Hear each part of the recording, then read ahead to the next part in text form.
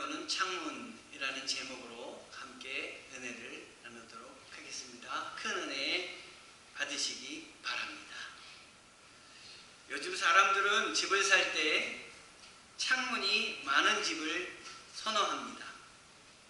찬란한 밝은 빛이 방 안으로 마음껏 들어와서 창가에 비치기 때문에 아마도 따뜻하고 좋기 때문이 아닐까 생각이 듭니다. 이젠 집의 단열도 옛날 같지 않아서 겨울철에도 따뜻하게 지낼 수가 있습니다. 그래서 집을 만들 때 창문을 아주 크고 그리고 넓게 만들어서 보기가 좋습니다. 만약 우리가 살고 있는 집에 있는 창문 중 하나에 특별한 창문이 있어서 그 창문으로 내다볼 때 미래가 보인다면 아마 다른 창문 중에서도 가장 인기가 많은 창문이 아니겠나 생각이 됩니다. 그 창문을 통해서 이번 도쿄올림픽의 개최 여부도 알 수 있을 것이고, 그리고 우리나라에서 이 도쿄올림픽에 참가해서 금, 은, 동 메달을 얼마나 획득하게 될지 그것도 미리 알고 모르는 사람들에게 자랑할 수도 있을 것입니다. 이건 어떨까요? 혹시 토요일에 추첨하는 복권 1등 당첨 번호가 무엇인지 그 창문을 통해서 미리 알아낼 수도 있지 않겠습니까? 미래를 볼 수 있는 창문은 좋은 데 쓰이기도 하겠지만 때로는 나쁘게 쓰일 수도 있을 것입니다. 그런데 오늘 읽은 말씀을 보면 미래를 내다볼 수 있는 창문을 가지신 분과 그렇지 못한 사람들 사이에 생기는 갈등 상황이 소개되고 있습니다. 오늘 말씀은 이스라엘 백성들이 이집트 바로왕에게 죽음의 심판을 받았으나 하나님께 구원받는 놀라운 경험을 한 후에 애굽 땅에서 광야로 나오는 장면입니다. 최종 목적지는 애굽을 벗어나서 광야의 중동의 가나안 땅으로 들어가는 것입니다. 그런데 오늘 본문 1, 2절에 하나님께서 모세에게 말씀하십니다. 바알스본 맞은편 바닷가에 장막을 쳐라. 즉 양옆은 험한 산지로 막혀있고 갈 곳이 없는데 앞길마저 홍해로 가로막힌 외진 곳에 장막을 치라. 즉 오늘날 식으로 한다면은 텐트를 거기다 치고 야영을 하라라는 말씀입니다. 출애굽 후 처음 이 장막을 친 곳이 홍해 앞 아프리카 북쪽 광야 끝에 있는 지금 수에즈 운하의 부근입니다. 아마 수에즈 운하를 아시니까 어디쯤인지 아마 어림짐작이 되실 것입니다. 이곳에 있다가 쫓아오는 적들의 눈에 발각되기라고 한다면은 정말 사면초가 피할 곳이 없는 곳이 이곳입니다. 장막치기에 텐트 치기에 좋은 장소는 아닙니다. 지도상으로 보면 해안선을 따라서 가나안 땅으로 가는 그 가까운 길이 육로도 있었습니다. 그러나 하나님께서는 이상하게도 그 육로 광야길로 이스라엘 백성을 육로로 인도하지 않고 광야길로 나가는 길로 인도를 하셨습니다. 왜 그러셨을까요? 미래를 내다보시는 창문을 가지신 하나님께서 이렇게 하신 이유가 무엇일까요?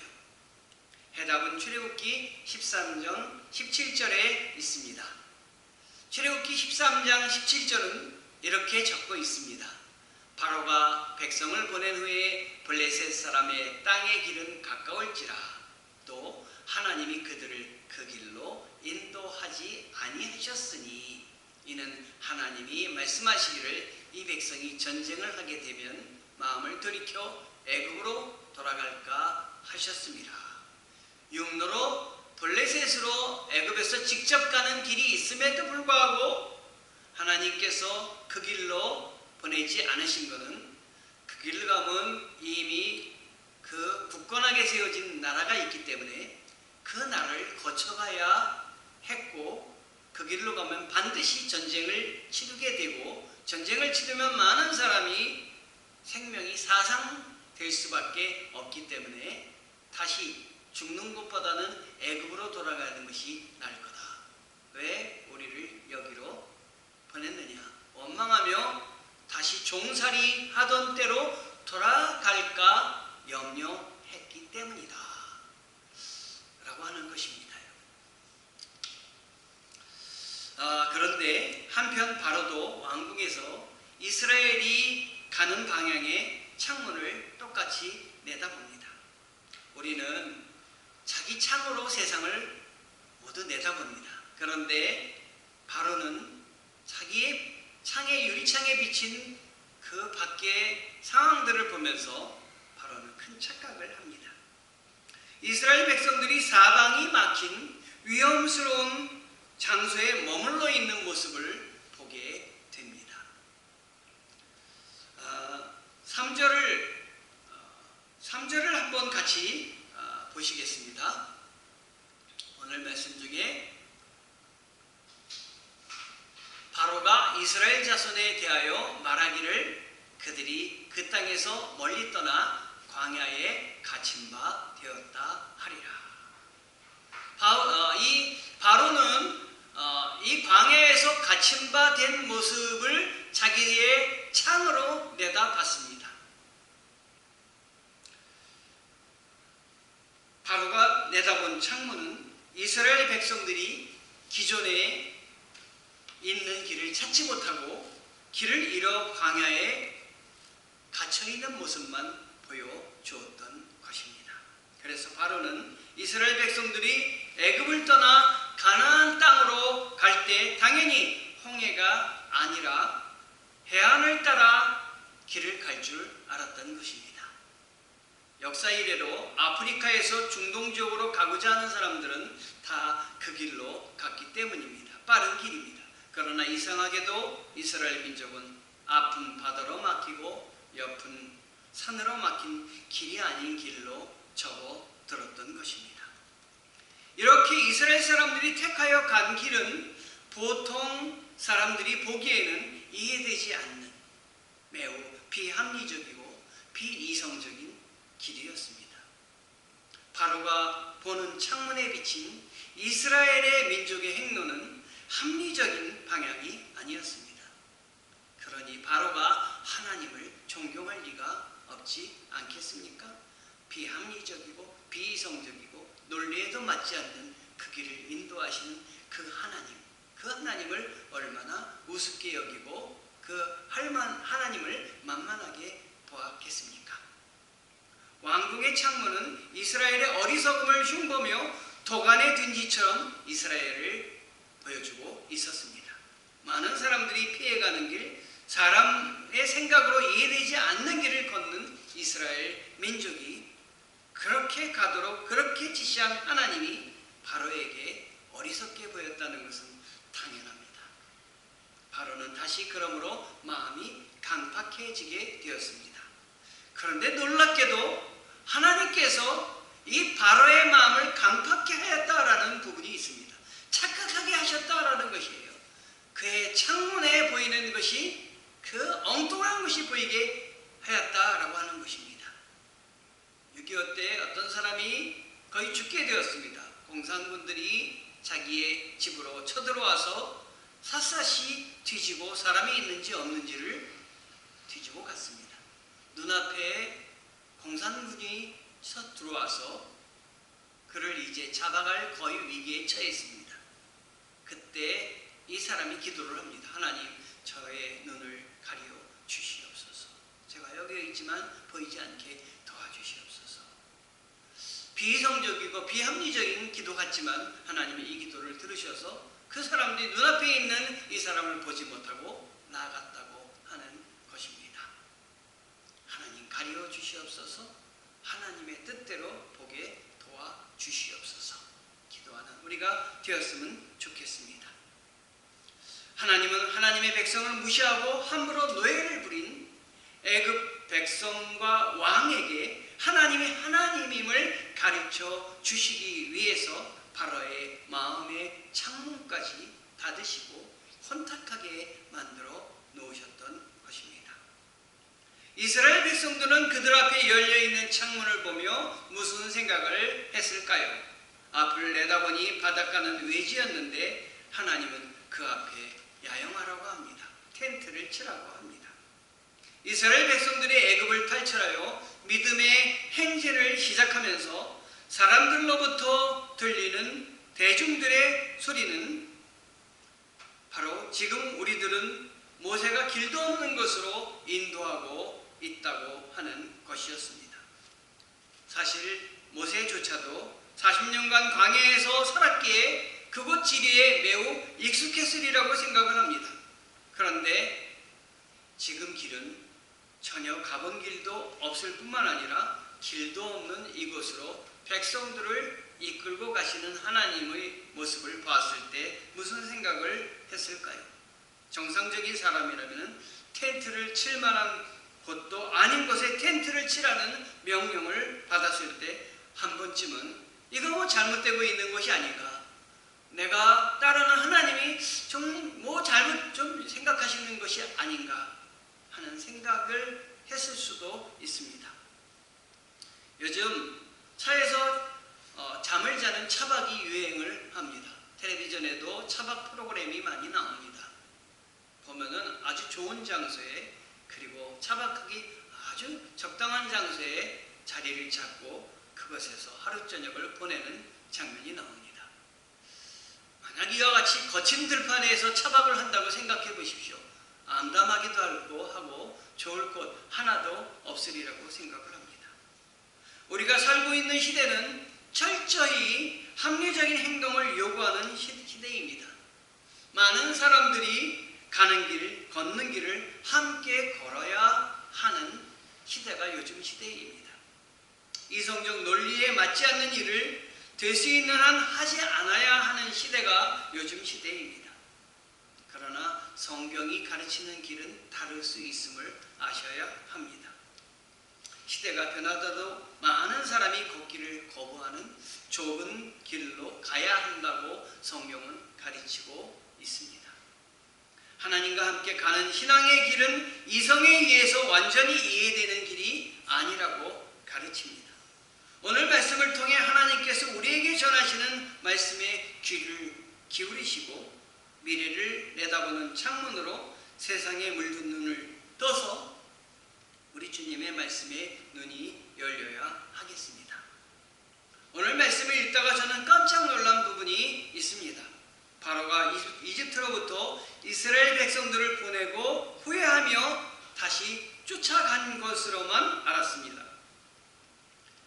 그런데 성경을 자세히 보니 하나님께서 일부러 바로 왕, 애굽 왕 바로로 하여금 이스라엘 백성들이 갈 방향을 잃고 광야에서 갇혀 있다고 착각하게 하십니다. 이 부분이 핵심입니다. 그래서 왕으로 하여금 애국 군대를 동원하여 쫓아가게 하고 계시는 것입니다. 바로 4절입니다. 4절이 바로가 그들의 뒤를 따르리니 내가 그와 그의 온 군대로 말미암아 영광을 얻어 애굽 사람들이 나를 여호와인 줄을 알게 하리라 하심에 무리가 그대로 행하니라 라는 말씀입니다. 8절에 하나님께서는 여호와께서 애굽 왕 바로의 마음을 완악하게 하셨으므로 그가 이스라엘 자손의 뒤를 따르니 이스라엘 자손이 담대히 나갔음이라 이 말이 나옵니다. 모두 하나님께서 하나님의 위대하심과 그리고 하나님의 백성을 무시하고 노예로 부린 이집트를 멸하려고 세우신 계획입니다. 우리가 예수를 믿기로 결심을 하고 따라 나서면 하나님께서는 우리가 생각하지도 못하는 길로 우리를 이끄시고 전에 경험하지도 못한 좋은 일들을 경험하게 하십니다. 그리고 하나님은 우리에게 가장 좋은 것으로 우리의 삶을 채워주시고 우리가 누구인지, 나와 나의 인생에 가야 할 방향이 어디인지 깨닫게 하십니다. 이것을 아셔야 됩니다. 그리고 원수까지 갚아주시는 하나님이십니다. 주의 백성의 눈물을 씻겨주시는 분이십니다. 그러므로 내가 모든 것을 하려고 하지 말고 주님께 맡기시기를 바랍니다. 주님이 주시는 미래의 창문 말씀을 통해 세상을 내다보려고 힘쓰시기 바랍니다. 제가 아침에 보낸 말씀 중에 그제 Let it go라는 말씀을 제목으로 말씀을 보낸 걸 혹시 기억하시는지 모르겠습니다. Let it go, 놓아주다, 손 떼다 이런 의미의 단어입니다. 하나님께서 그 글을 한번 그대로 읽어보겠습니다. 하나님께서 하시는 일이라면 붙잡고 있지 말고 흘러가게 하라고 설명해 주셨다.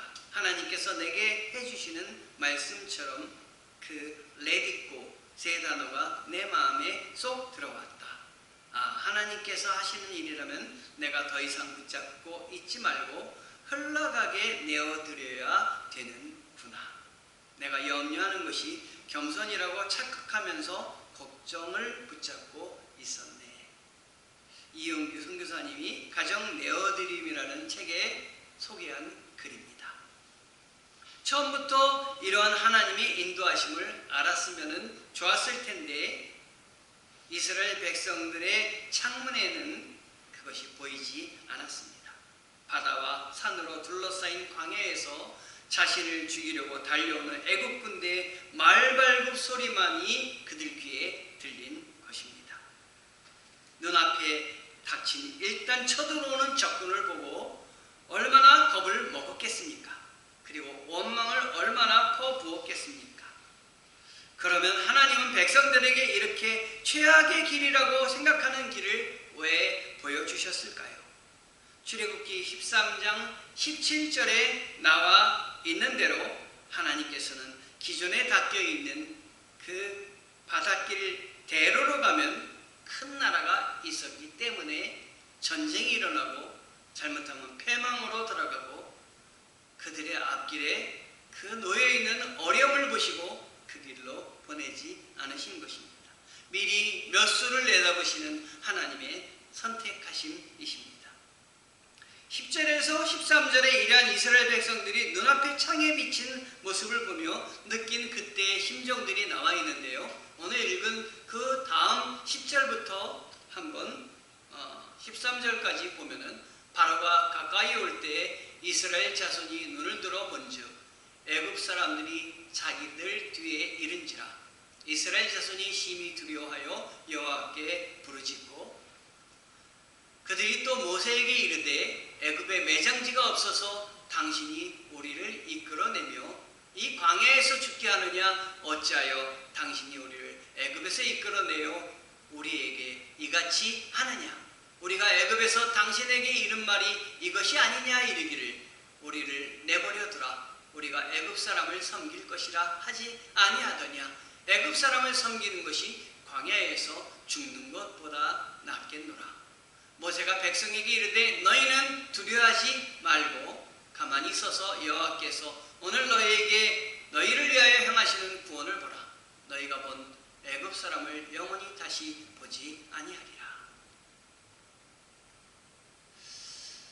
프랑스 작가 폴 브루제라는 분이 이런 말을 했습니다. 사람이 생각하는 대로 살지 않으면 사는 대로 생각하게 된다. 우리가 하나님의 말씀을 보고 말씀에 비치는 대로 정말 깊이 생각하고 미래를 내다보고 나가지 않으면 그냥 사는 대로 방향으로 가게 되는 것입니다. 인생은 속도가 아니라 방향이라고 괴테가 이야기를 했는데 정말 하나님이 기뻐하시는 방향으로 내다보며 나아가는 삶 매우 중요하다고 생각을 합니다. 오늘 이 장면은 우리에게 중요한 사실을 깨닫게 해줍니다. 즉 하나님께서 인도해 주시는 길을 갈 때 눈앞에 괴로움만 보지 말고 먼 앞을 내다보며 가야 한다고 하는 사실입니다. 즉 하나님께서 이스라엘 백성들이 애굽을 탈출하여 나간 길이 곧장 축복과 성공의 길로 접어드는 것이 아니라 뒤에서 애굽의 마병들이 쫓아오는 실패와 고민의 길, 잠시 동안은 괴로움의 길도 거쳐갈 수 있다고 하는 사실입니다. 저는 이 사건을 보며 이스라엘 백성이 처한 상황을 우리들에게도 적용시켜야 된다고 생각을 해봤습니다. 하나님께서는 왜 우리에게 기쁘고 안정감이 있고 축복이 넘치는 삶으로 인도하시지 않으시고 괴롭고 힘든 형편으로 때때로 인도하신다는 말입니까? 왜 꼭 바다를 뒤로하고 앞에는 애국 군대가 쫓아오는 두려운 마음으로 살게 하신다는 말씀입니까? 여러분, 앞에 보이는 창문을 닫고 주님이 말씀으로 보여주시는 말씀의 창문을 여시기 바랍니다. 이제 그 이유를 아시겠습니까? 더 좋은 곳을 주시기 위해 큰 적들로부터 피하시기 위함입니다. 나에게 어려움을 직접 체험하게 하시고 그것에서 영적인 힘을 기르도록 훈련시키셔서 오직 주님만을 외치도록 나의 삶에서 그 말씀만이 넘치도록 하기 위함인 것입니다. 이런 훈련을 통해서 앞으로 닥치게 될 거치고 힘든 광야 생활 중에 겪을 시험에서 승리하도록 하기 위한 것입니다. 아이들을 키울 때 안방에서 아무 더러운 것이 없는 데서 키우면 그 아이들이 건강한 것 같지만 저항력이 없게 되어서 더 병을 많이 겪게 될 것입니다. 밖에 나가서 옷이 더러워지더라도 모래에서 뒹굴며 그 흙탕물에서 뒹구는 이런 아이들이 오히려 몸의 저항력을 더 기르고 싸우게 되며 건강하게 자라게 될 것입니다. 오늘날 그리스도인들이 전능하신 하나님을 믿고 신앙의 길을 간다 할지라도 세상 안에는 끊임없이 믿음의 길을 방해하는 영적인 그 어둠의 권세들 사단이 있으며 그리고 자신과 다른 기질을 가진 수많은 사람들이 있습니다. 또한 우리들 자신 내부에도 끊임없이 하나님을 반대하는 육신적 기질이 있습니다. 이러한 방해 요소들이 우리를 원치 않는 환경으로 이끌어가며 믿음 생활을 중단하게 하기까지 합니다. 우리가 연약한 육신을 입은 사람이기에 자꾸 유혹을 받으면 이스라엘 백성들처럼 다시 믿기 전에 옛날 노예 생활을 하던 애굽의 집에서 보낸 그 창문 밖에 비친 그 모습들을 그리워하게 됩니다. 결국 이렇게 뒤로 돌아가게 되면 주님이 기뻐하시는 가나안은 들어갈 수 없게 되는 것입니다. 신앙의 목표를 상실할 수밖에 없는 것입니다. 원하는 일이 제대로 안 되면 맥이 빠지게 됩니다. 무기력하게 되면 우리 마음속에 남는 것은 원망의 소리밖에 없습니다. 그러므로 신앙생활의 최고의 적은 무기력입니다. 이 영적 무기력은 신앙의 목표를 상실하게 합니다. 신앙의 의지력을 상실하게 합니다. 고린도후서 1장 8절과 10절을 보면 이렇습니다. 형제들아, 우리가 아시아에서 당한 환난을 너희가 모르기를 원치 아니하노니 힘이 겹도록 심한 고난을 당하여 사의 소망까지 끊어지고 그가 이같이 큰 사망에서 우리를 건지셨고 또 건지실 것이며 그 후에도 건지시기를 그에게 바라노라. 우리 주 예수께서 세상에 오실 때 사람들의 이성과 논리에 맞지 않는 길을 따라 오셨습니다. 사람들은 창조주 하나님이 어떻게 인간의 몸으로 세상에 오신다는 말인가 부인을 합니다. 창조주 전능자 절대자이신 하나님은 이런 인간의 생각을 뒤집으시고 인간의 몸을 입고 성육신하셔서 이 땅에 오셨습니다. 주님은 인간들의 좁은 이성과 논리의 창문으로만 하나님을 보려는 사람들의 생각을 무너뜨리셨습니다. 신앙으로 내다보는 창문은 사람의 논리와 이성과 합리에 항상 맞는 길만 보여주는 것은 아닙니다. 어떤 불신자들은 기독교는 비논리의 종교이다 라고 비판하기도 합니다. 부모의 자녀를 향한 헌신적인 사랑과 신앙을 가진 교사의 학생을 향한 헌신적인 가르침은 어떤 논리로도 설명할 수는 없지만 존재합니다. 저는 이번에 자녀를 결혼시키면서 나를 위해서 내가 결혼할 때, 출발할 때 애쓰신 부모의 마음을 느끼게 되었습니다. 그전에는 못 느꼈는데 자녀를 결혼시키면서 어려운 일들을 겪으면서 나의 부모도 이런 어려운 일들을 겪으시고 나를 독립시키셨겠구나 하는 생각이 이제 와서 느껴지는 것입니다. 여러분, 논리로 이성으로 안 되는 것들이 얼마나 많이 있겠습니까? 신앙의 길을 시작한다는 것은 비논리적이거나 비이성적이라기보다는 논리나 이성이나 합리적인 것을 초월하는 것입니다. 즉 그런 것으로 이해할 수 없는 참 높은 세계가 신앙의 세계입니다. 우리들의 마음으로, 행동으로, 물질로, 시간으로 하나님께 헌신하고 말씀에 순종하며 사는데 우리들 주변은 온통 근심과 걱정뿐인 것 같습니까? 그것은 우리에게 잘못이 있어서가 아니라 하나님께서 우리를 믿음 없는 주의 사람들의 조소에도 흔들림 없이 오직 하나님만 바라보는 굳건한 믿음의 소유자가 되게 하시기 위한 훈련의 자리이기 때문인 것입니다. 하나님께서는 우리가 답답하고 괴롭고 암담한 현실을 통하여 사람 앞에서는 강하고 하나님 앞에서는 믿음 있는 자로 훈련받기를 원하십니다.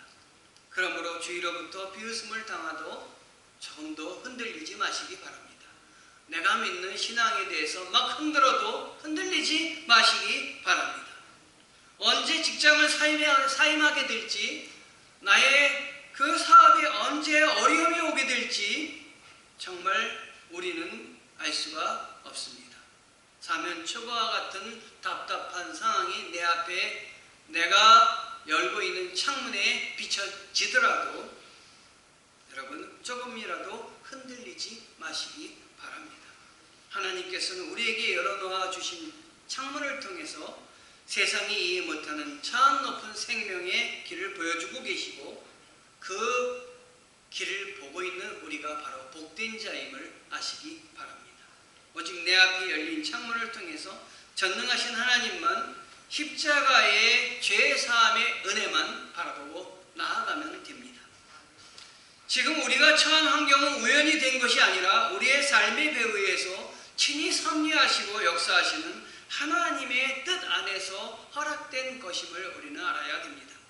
어떠한 자리에 놓이더라도 주 하나님을 사모하는 마음을 간직하며 저 하늘나라의 목표를 향해 힘차게 나아가고자 하는 마음을 지녀야 합니다. 내가 내다보는 유리창에 나의 기대에 어긋난 일과 환경이 비치더라도 하나님께서 주시는 유리의 창문을 여시고 하나님께서 14절에 주시는 말씀을 다시 한번 보시기를 바랍니다. 14절에 여호와께서 너희를 위하여 싸우시리니 너희는 가만히 있을지니라. 그러므로 어려운 상황 가운데서도 하나님의 보좌를 바라보시면 나를 위해서 싸우시는, 그리고 가만히 있어도 나를 지키시는 그 하나님의 모습, 하나님의 오묘한 손길이 나에게 임하는 모습을 내가 발견하고 힘있게 살아나갈 수 있을 것입니다. 여러분의 창문을 하늘을 향해서 열어놓으시고 생활하시기 바랍니다. 기도하시겠습니다. 하나님의 은혜에 감사합니다. 오늘도 주님께서